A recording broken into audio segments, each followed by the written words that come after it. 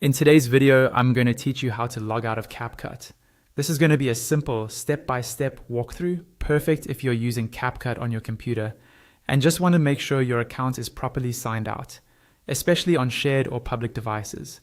First, open your web browser and go to the CapCut website like you normally would. If you're not already logged in, sign in with your account details so you can access your main dashboard. This is the page where you usually see your projects, drafts, and any recent edits you've been working on. Once you're inside the dashboard, move your attention to the very top right corner of the screen. Up there, you should see your profile icon. Depending on your account, this might appear as a small avatar, your initials, or a generic profile symbol. Hover your mouse over that profile icon and then click on it. When you click, a small drop-down menu will appear. This menu is where CapCut keeps options related to your account, and one of those options will be Sign Out. Go ahead and click on Sign Out.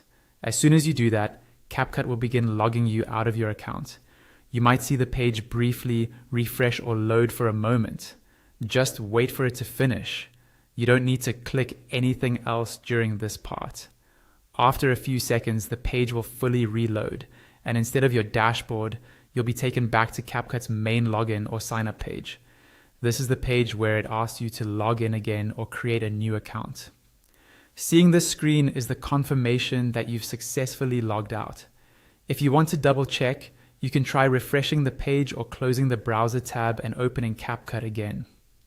As long as it asks you to log in, that means your previous session has ended and your account is no longer active on that browser.